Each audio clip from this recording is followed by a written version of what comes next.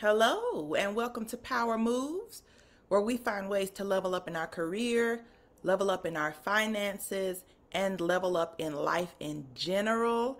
So good to see you all this evening.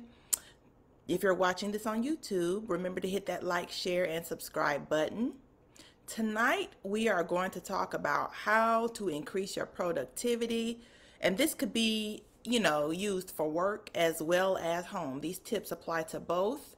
Okay, but I think we could all kind of use a few ways to boost our productivity, just to kind of, get ahead faster at work and manage our personal lives a little bit better. Okay, so tonight's topic, how to increase your productivity. How do we do that? Let's get right into it.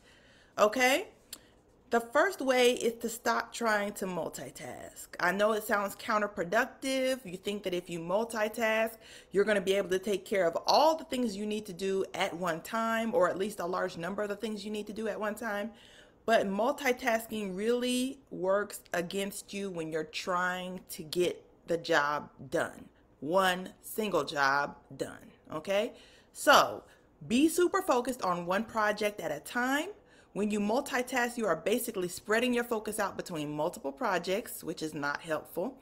In order to get things done better and faster, you will need to dedicate all of your focus to one project at a time. This is how I attack my day when I go into work in the morning. I have a list of things that I need to do. It's prioritized, and I do them one at a time. I don't try to balance both. There are always a few, a few exceptions. Like if the task is small and I can do it in a shorter period of time, that gets done immediately, or that gets done while I'm doing something else. But for the most part, I tackle the projects I have one at a time. You can also apply this to your chores at home. You can apply this to, the things that you do around the house. Tackle one project at a time. Okay, we all know that if you try to fold clothes while you're also trying to figure out how to landscape your yard or whatever, or what household things need to be repaired, or you're trying to repair something while you're folding clothes, it's just going to, the point is, it's just going to spread your focus out, and you need your focus so you can get it done fast, get it done now. Okay, so don't multitask. Not only will this help you meet your deadlines when you focus on one thing at a time, but it will also give you a better sense of where you are in the process of completing all of your tasks.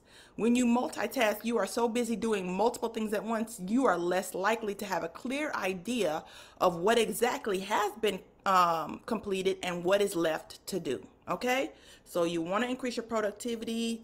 Do not multitask. Number two, don't try to make it perfect. I am sorry for all the perfectionists out there. If you have been working, especially a corporate job, for any good period of time, you know the name of the game is to get it done.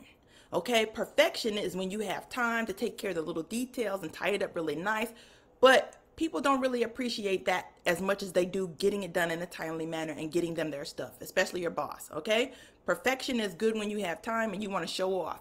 But when you have a lot of stuff that you need to turn in, do not try to perfect anything. Please do not waste hours trying to make sure everything is perfect. You will be quite surprised to learn that in the most instances, perfection is not necessary. Take it from me, okay?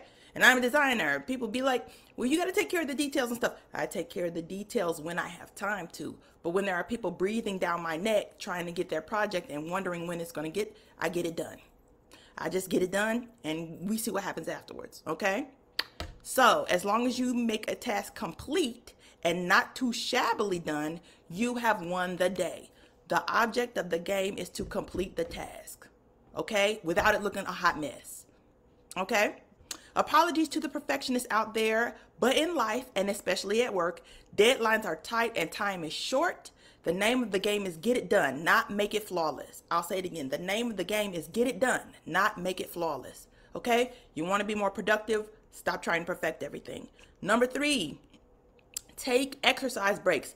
This I can definitely vouch for. Okay, I have a treadmill in one room.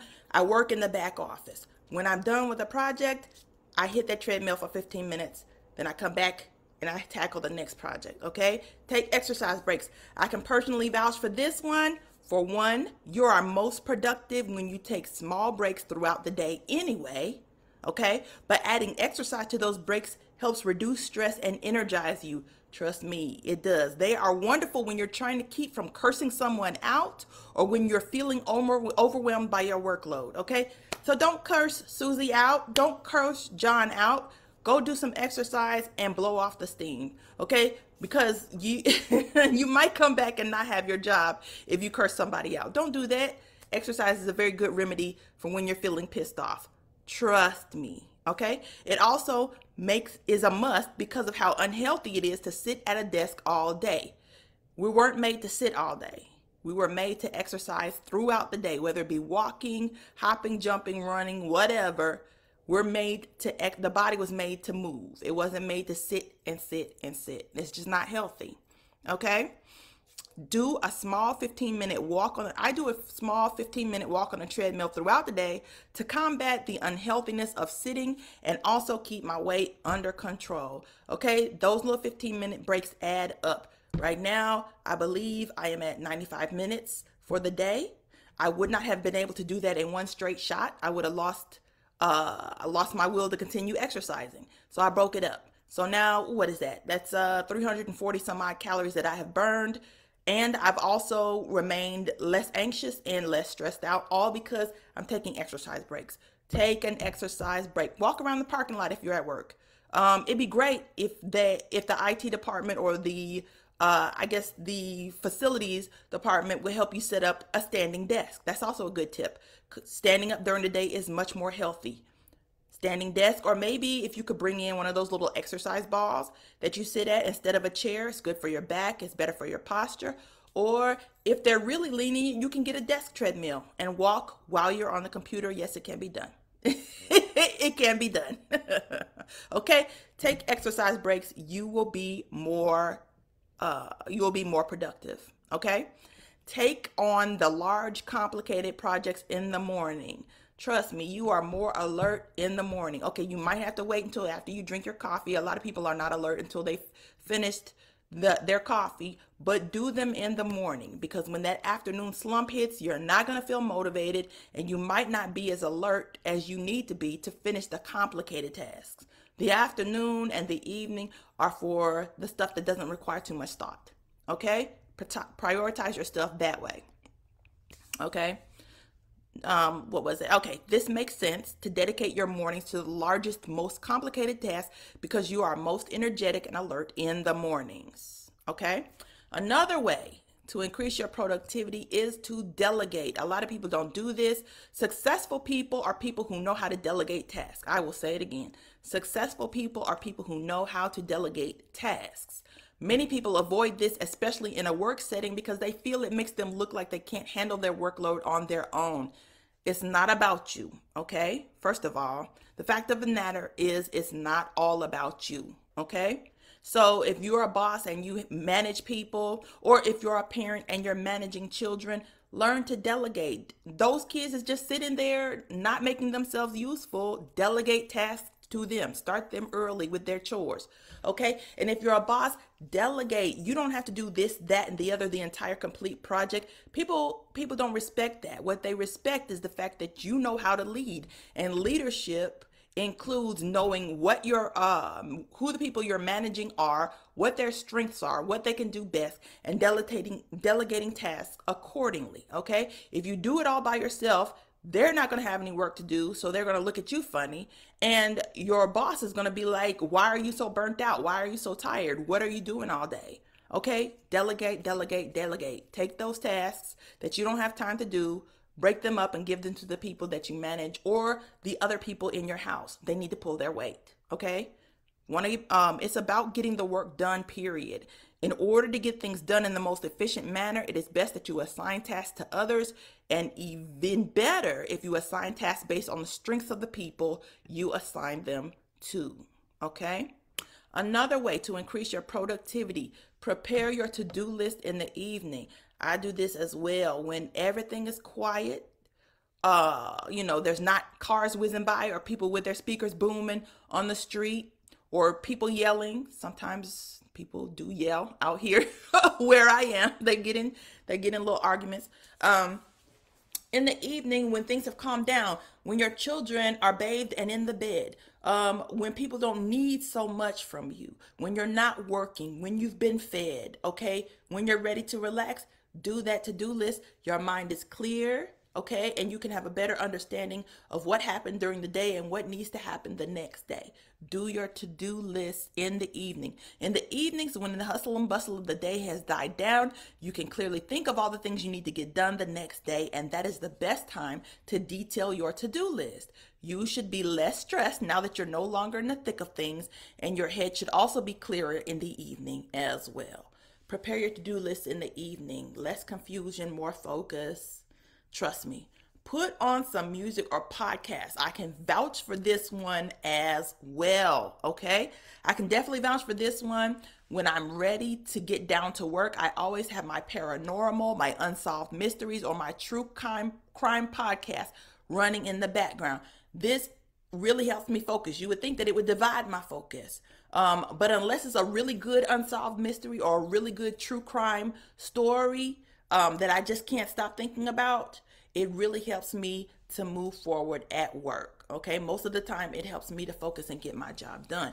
A lot of people listen to music. I love music. I am the type of person, though, that will buy music, play it on repeat for 2 weeks straight, and then never listen to it again.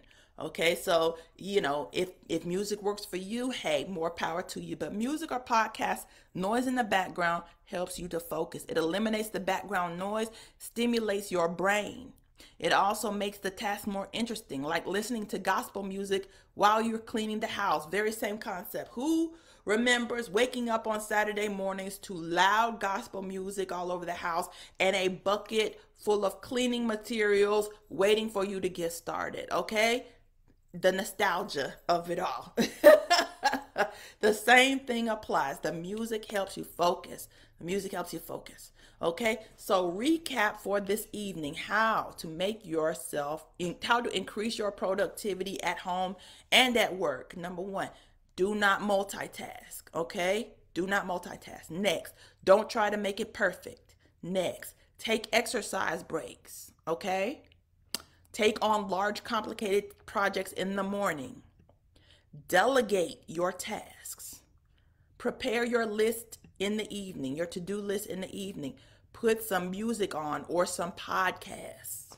Okay, those are ways to increase your productivity at work and at home. I hope this has helped you in some kind of way. It has definitely helped me out doing the research and applying these things. If you have ideas for a show topic, please don't hesitate to get in touch with me. You can reach me at my email, which is karen.mac@gmail.com. That's Karen, KARON.mac@gmail.com. Over my website at karenmac.com. You can reach me on social media at Karen Mac on Facebook and Karen_Mac on Instagram. I would love to hear from you. Okay, and I hope to see you again next week. I don't know what next week topic will be yet, but I'm sure it will be a very interesting one. And I hope to see you then again. I will see you all later. Goodbye.